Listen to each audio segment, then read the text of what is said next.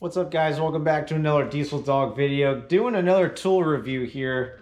I've got my long neck snap-on cordless ratchet here that I just recently had to have it rebuilt. And I've had this thing for a couple years. And I've been using and abusing this thing. Realizing that I probably should do a review on this thing just because I love this thing so much. I use it daily.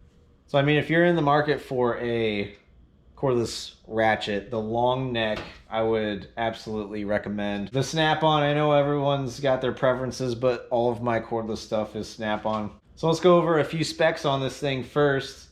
This is the model number CTR768. And there's two, the way he described it to me was when I bought this, there's higher speed but lower torque, and then a lower speed, higher torque. I got the lower speed, higher torque one. It's a variable speed trigger, so, you know, not just all or nothing. It's got the LED light. It's 70 foot-pounds of torque, and it is 175 RPM full blast. Now, where a lot of people get confused with the torque ratings is they'll put this thing on, it's not an impact. So they'll put it on like a brake caliper bolt or something you'll see, and they'll be hitting the trigger and it's not breaking it loose. Well, once that thing's broken loose, this thing will probably take it off. Or you can get it spinning and then shove it on there and it'll break it off. That's probably why I've had to rebuild this thing already after 2 years. But like I said, I'm not upset about having to rebuild this thing because I have, like I said, abused this thing. Highly recommend this thing. I even use it to like break bolts loose. I'll put it on the bolt and wrench up on it and break it loose and then start going. You're not supposed to do that necessarily. You can do it to a certain extent, but I mean, I've had like this neck start to bend a little bit. When they rebuilt it, they kept the same neck on it. The whole body is new and stuff. It's already getting dirty and beat up and stuff. And then they put a new end on there. I did grease it. There is a little grease port there. Make sure you're always, even the air ratchets have this little grease cert right there. Stick some grease in there. Make sure you grease it regularly. That was the first thing he asked me when I said I needed it rebuilt. And I do grease it kind of like every once in a while. Nobody really thinks to do it like daily or anything, but you would think once it's got some grease packed in there, it should be good for a little while. But, you know, a couple times a year, 3 times a year or so, I grease them. So where I have found this ratchet comes in the most handy would be, I think, transmissions. Getting on top of the transmissions with stuff. Sometimes you don't have a lot of room. This long neck, you're able to reach up in there if you need to get the bolts for the shift tower or brackets or anything like that. This thing is definitely come in handy.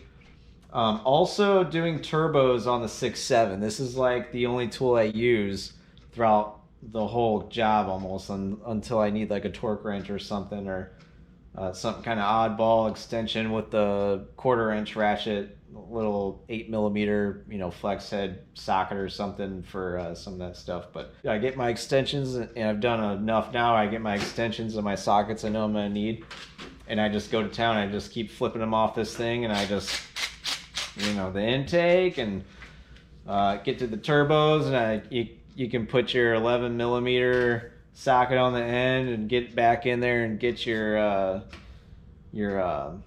exhaust clamps on the back side of the turbo pretty good with these things I've used.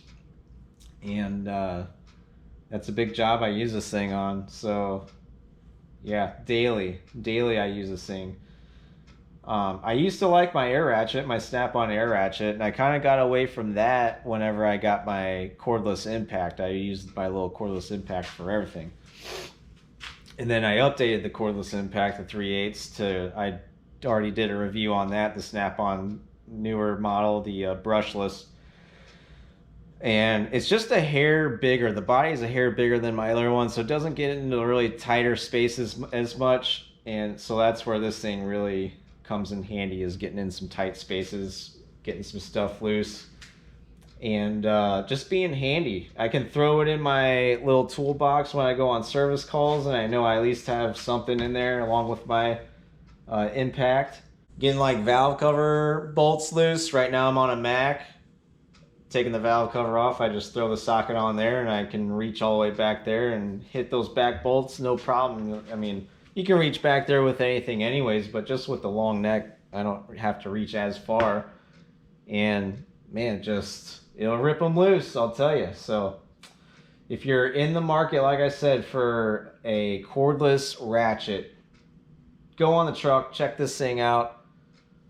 I think it's worth the money. I don't know how much they're going for now, $400 or something.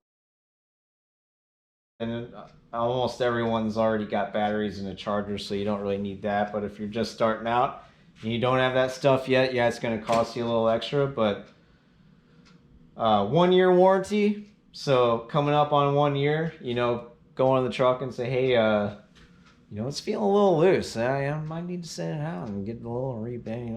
It's still under warranty. So try to get it rebuilt. I didn't do that. I just kept hammering this thing away, and it lasted almost 2 years, without having to rebuild it. So yeah. Any questions on the Snap-on 3/8 cordless long neck ratchet?